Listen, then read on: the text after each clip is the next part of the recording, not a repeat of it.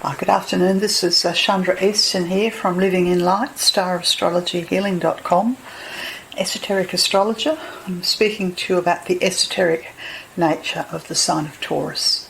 Esoteric simply means from the hidden perspective or from the soul's perspective. The opposite to esoteric is exoteric.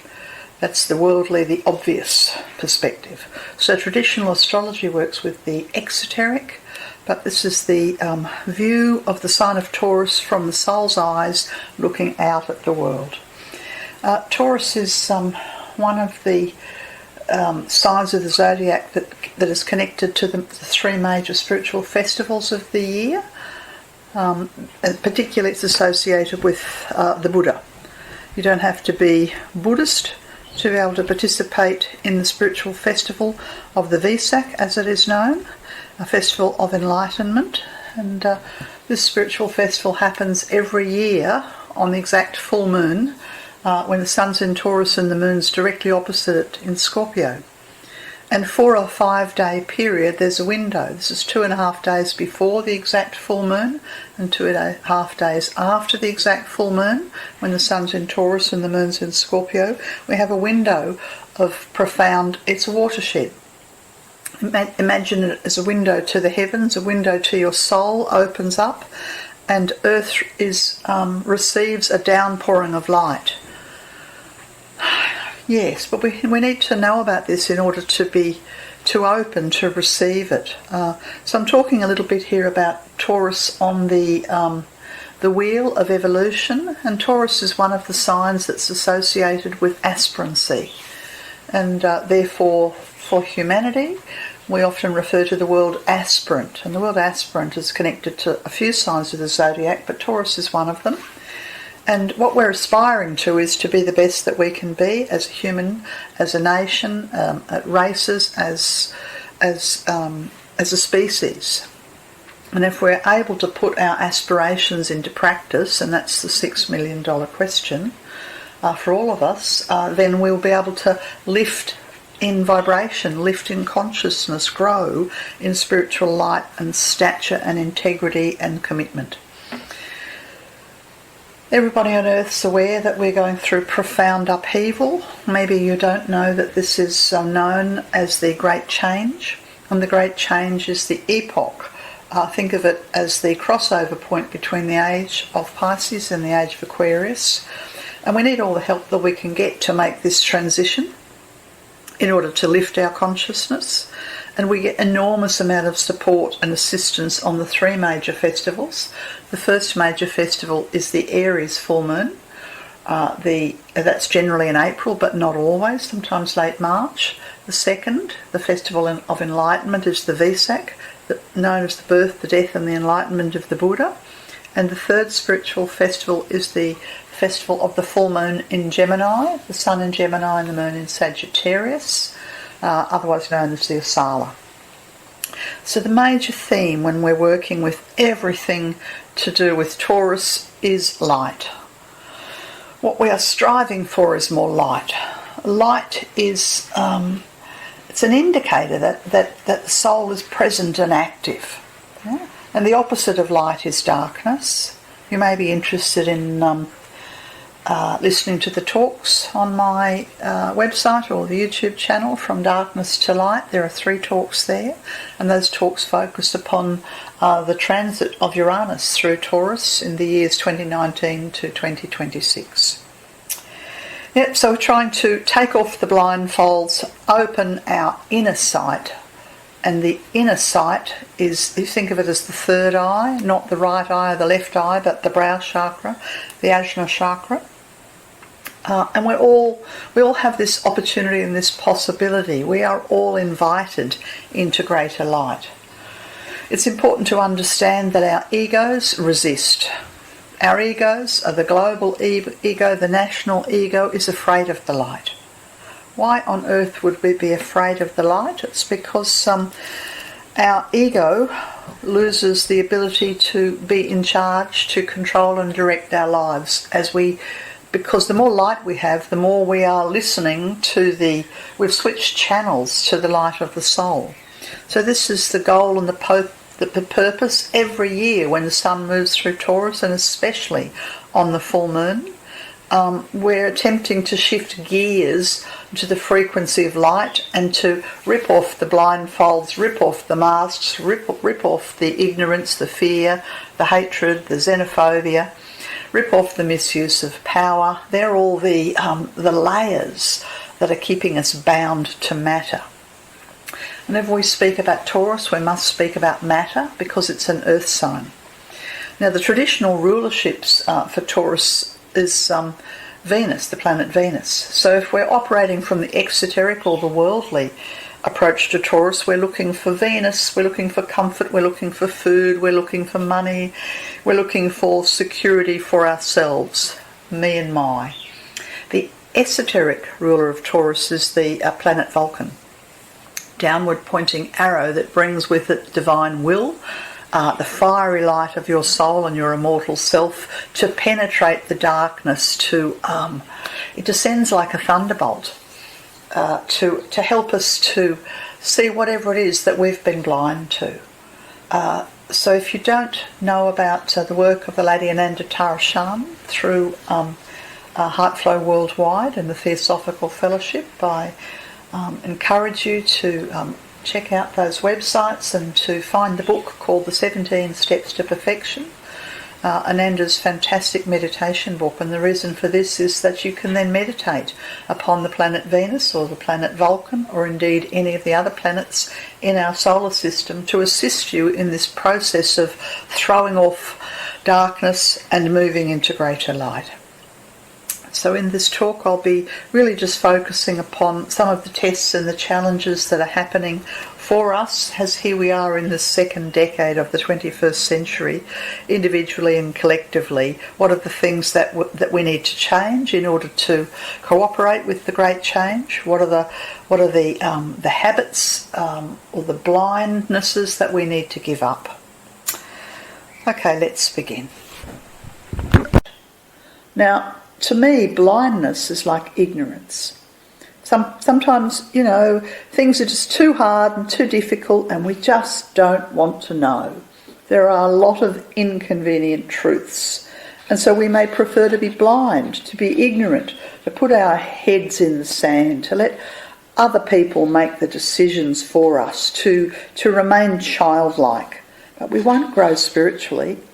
And humanity as a species won't grow and resolve some of the issues that are facing us if we have our heads in the sand and we abrogate our responsibilities. So we need to have our eyes wide open, to be able to see what there is to see, to make clear assessments of things rather than act blindly, motivated by fear, and hand over our responsibilities. One of the Taurus motivations or keynotes is to move from darkness to light. So I think of darkness when the material world is all there is. And I think of light as the movement towards a greater respect for the individuals, for the earth, for each other, a greater sharing, a greater soul light, to be the best that we can be, nationally, internationally, and as a species. Of course, we live in the material world, and not for 1 second suggesting that we don't, but to make all of our decisions based on the finite nature of material value, if everything's about the economy, everything's about money, and everything's about business, and everything's about my shelter, my food, my bank account, then we shut the door to light. Yes, and so opening the door to light is getting a healthy balance between the best that we can be, our spiritual selves, whilst in the midst of living a physical incarnation in the physical world. And the final of the 3 keynotes here that underpin the Taurian tests are a movement from death to liberation. Now, I'm not talking about physical death, although, of course, with the pandemic there has been an inordinate amount of physical death. And it's become very clear that the people who are dying in greater numbers, what did I hear this morning on the radio, that it's the Navajo Nation who live in the southwestern part of North America, who are dying in great numbers with the pandemic, as well as people in New York and other high density. And it's clearly because of their indigenous DNA that they are more vulnerable. Yeah? But it's not just about physical death. When we choose to move away from what I want, what my ego wants, to what's for the good of the whole, then the personal self, the ego, feels like it's dying. It feels like it's losing its ability to exist and be in control. So it's pretty clear that the end result of humanity's ego being in control has destroyed the planet. And now we are making plans to move off and to live in colonies on Mars, and are we going to destroy our solar system as well? So left to our own devices, our ego exploits the material for its own end, and this is the opposite of spiritual growth. This is a devolution. So to begin to change means, metaphorically, the death of the ego.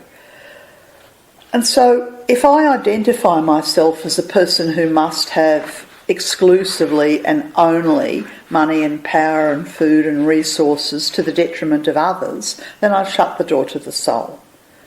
And I've shut the door to my own liberation. So on a global level, we, humanity, are standing at the door or approaching the door to soul liberation, but our egos need to recognise that we have to work for the collective good, not the collective harm, not the collective manipulated, not collective control, but the collective good. Everybody knows that we have what are termed first world nations and third world nations and great powers, and I think Australia refers to themselves as a middle power. So, these sort of demarcations of the haves and the have-nots are indicators of the insular, personal, ego-driven approach that has got us to where we are at the beginning of the 21st century. And it's creating the death of hundreds and thousands of species that are going extinct, the death of coral reefs, the death of quality of life, the death through pollutants. It's creating death through pandemic. Yeah? So we are facing death, and we need to find ways of collectively moving towards the best that we can be, our soul's light, the heart of compassion needs to be more evident in the human species. So the tests and the trials and the tribulations around Taurus are all to do with who's in control of the desire. Yes, we're all human. We have a need to eat. We have a need for shelter. We need to have food. We have a need for work. But it must be sustainable. There's no point if all the wealth is in the hands of the multinational corporations and they decide what is for the good of the whole. There's no point if all the wealth is in the hands of, in Australia here, the 4 key banks, and they get to exploit and misuse and abuse. Yeah, there's no point if the power around matters to do with food and shelter and medicine and income is in the hands of governments who will use that power to harm, to control, to control through fear, to manipulate. Yeah? So we have to find a way of lifting the desire for control and power and the material to the aspiration for what is the best for the good of the whole. It's a big task. This is the task ahead of everyone. Those who don't even know there's a spiritual path, those who are approaching the spiritual path, those who have one foot on the edge of the path, those who are on the path. This is the challenge for all of us. We are living through a decay. The old world, the old paradigm is literally rotting and falling away. Taurus, on a material level, it governs land masses, physical resources, like for instance the farming, those who grow our food, trees, forests that give us shelter, the things that are important to possess or not possess, the nature of sanctuary, homes and money, as well as loved ones. Over the last, well, I don't know, is it 20 years? Is it longer? Is it 50 years? We've seen the breakdown of some of Earth's land masses. The polar caps are melting. We've seen the mega bushfires. We've seen all over the planet over decades the global refugee crisis. These people who are fleeing persecution and have no home. A seemingly never-ending tide of human misery. We have homelessness and war, which has highlighted the gaps between the haves and the have-nots. The material world is not for the benefit of the few, it is for the sharing of all. Increasingly, we've seen contamination of our air and of our food chain. We've seen environmental poisoning. We've seen the rape of the earth through the coal seam gas. We've seen genetically modified food so that we're eating things that really aren't good for us. We've seen the plastic contaminants of the oceans. We've seen the electromagnetic radiation and now the proliferation of 5G into space. This is contamination of all the elements: fire, earth, air and water.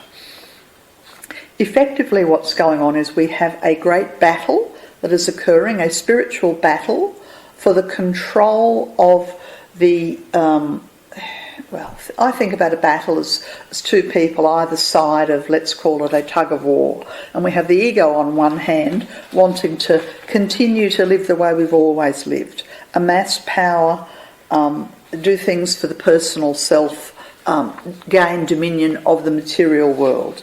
And then we have the soul calling us, inviting us towards our awakening. So this great battle is there for the soul of humanity, and the battle is focused upon the control and power of land, oil, fire, earth, air and water. So we have to choose. Do we choose to protect land? Do we choose to exploit it? Do we choose to purify and protect oceans and rivers for the good of all, or do we exploit them? Nature and her resources are for sharing, for protection, not exploiting, and for not holding. Yes, and of course this issue of the space race and the race to Mars, humanity and many governments around the planet are seeking to export war into the solar system. This is the great battle. You know, we are better than this as a species. Another frightening concern that's coming is that not only is the battle for control over the physical resources, land, oil, fire, earth, air and water, been very well evident, but now we have a battle for control of our bodies. You know, enforced vaccinations, flu vaccinations. I saw something online this morning where it's being rolled out, and I think it's happening in many, many countries, that for the good of the whole, the governments are deciding that certain vaccinations must be essential. Now, this is nothing new. Vaccination's been a brilliant tool for the controlling of illnesses earlier in the 20th century, but increasingly the high ethical principles underpinning the rollout of vaccinations have been degraded and exploited and corrupted for money and for power. Okay? And in the midst of all of this, the free will that humanity have to choose their own fate is being exploited. So normally one would say that one had the right to choose which air I breathe, where I live, which country I visit, what medicine I take. But that inalienable right to have control over your own body is being threatened with the enforced vaccinations, with the digital signatures to supposedly protect people against the pandemic. And these digital signatures and the enforced vaccinations are being rolled out in many countries: Ireland, Australia, probably all over Europe. And the question to ask here is, who controls your body? And the difficulty really is that if the government says that it knows what's best for you and that you have to cede your power over your body, is this democracy? Because increasingly this body being hijacked as a commodity by governments and the multinationals and big pharma will limit your ability to access certain health care, to access a job, to be able to travel, to be able to visit your elderly relative in an aged care facility, and goodness knows what else. Okay, the great battle for control is very much evident in the banking sector, the finance sector, and you could say that this is the fight to the death around power and money and control. And we've seen this with cash gradually becoming seen as something that needs to be removed, and that there's a push for all nations to move to a digital currency and to make cash illegal.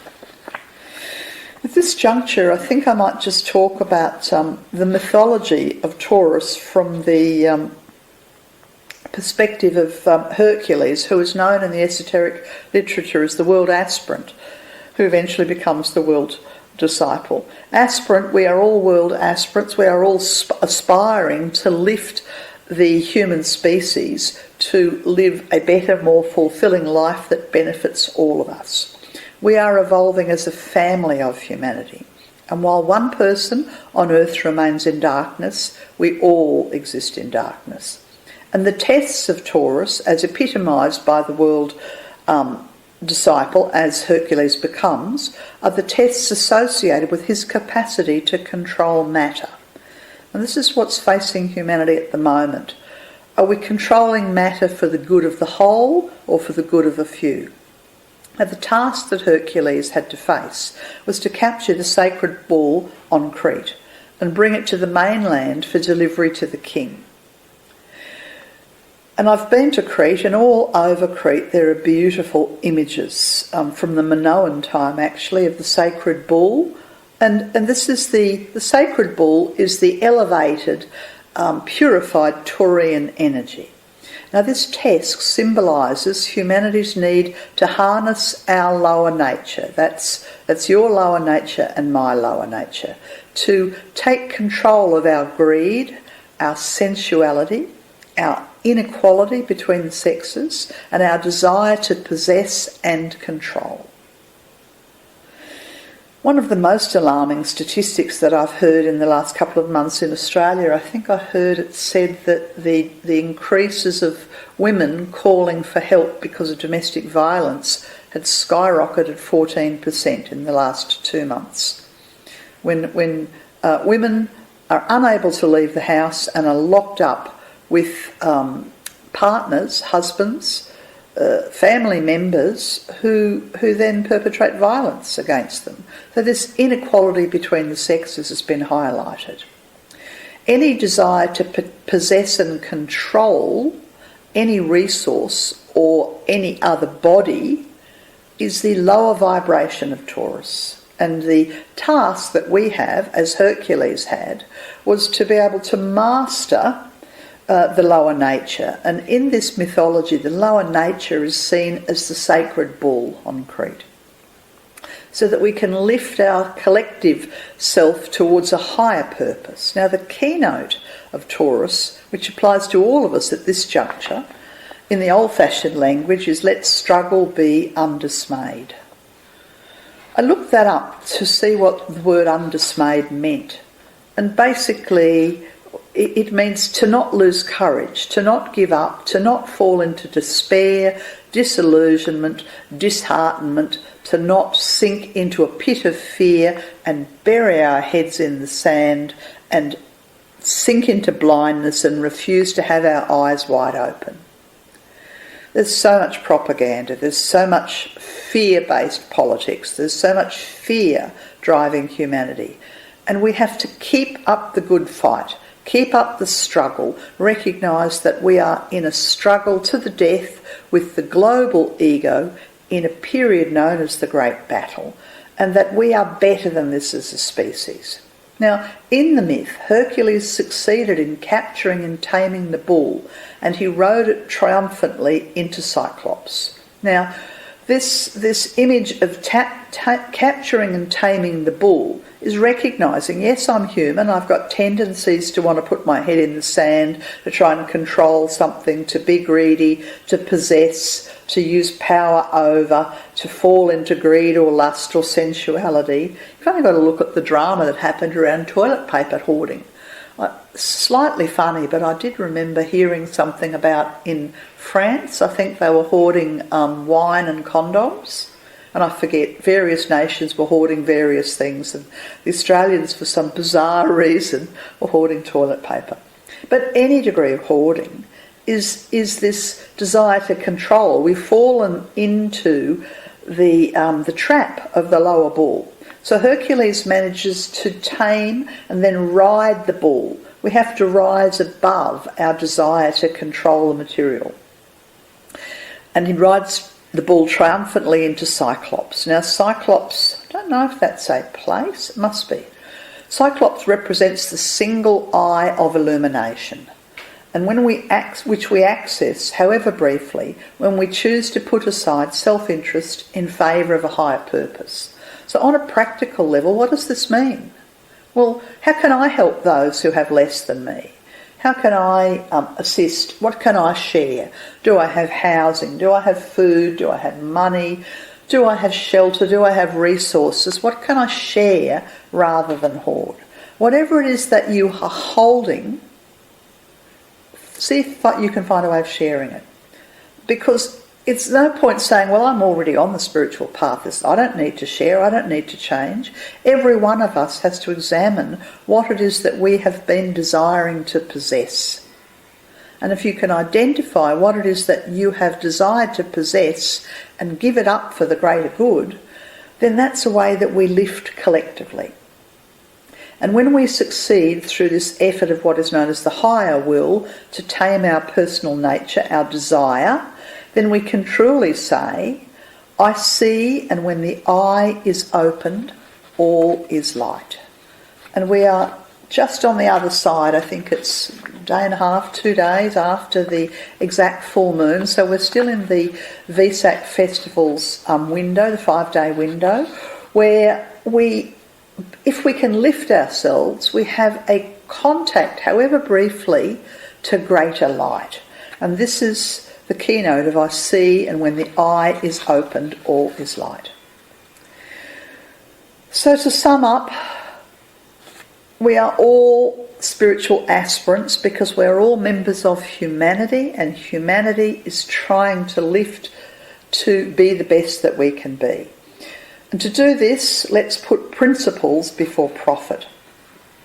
Let's identify, lift our eyes to a higher idealism, something that benefits the whole, and find light that's felt within the heart. Because we can no longer countenance greed and self-interest. My greed, my self-interest. We can no longer countenance national greed and self-interest. We can no longer countenance global greed and self-interest of the multinational corporations and the despotic governments. It's not good enough to say, let the governments sort it out, let the doctors sort it out, let the politicians sort it out, let the World Health Organization sort it out. I and you and us as individuals have to sort it out. How do we share? Where is our greed? Where is our self-interest? What is it that has held us in thrall, blinded? Let's change that. So as world aspirants, we have to rise to the challenge and stand up. And if we're able to do this, then apathy will give way to inner resolution, and find where you can stand and take what's the principle that you're prepared to take a stand on. There may be an issue, even if it means that it triggers your deepest fears of insecurity or safety or your home or your livelihood. Now, if the point is that the principle is more important than your safety, then stand upon that principle. Ask yourself, what can I share? Food, accommodation, resources, money, a caring ear. Let go of the me and mine in favour of the us and our, because that is the way forward to victory. Victory for the human species. Principles before profit is the test. Now these principles, they pull upon our heartstrings of all those who are inclined to lift the eye and so that we can collectively lift humanity. Let us respond to this impulse of the tests of Taurus as we move through Taurus. And we'll be moving into the time of Gemini, the third week of May, and we will arrive at the full moon. And hopefully between now and then I'll do another talk on the esoteric tests associated with the sign of Gemini. Thanks for your time. Hope you find it useful. If you do, please share. This is Chandra, Eastern Star Astrology Healing.com.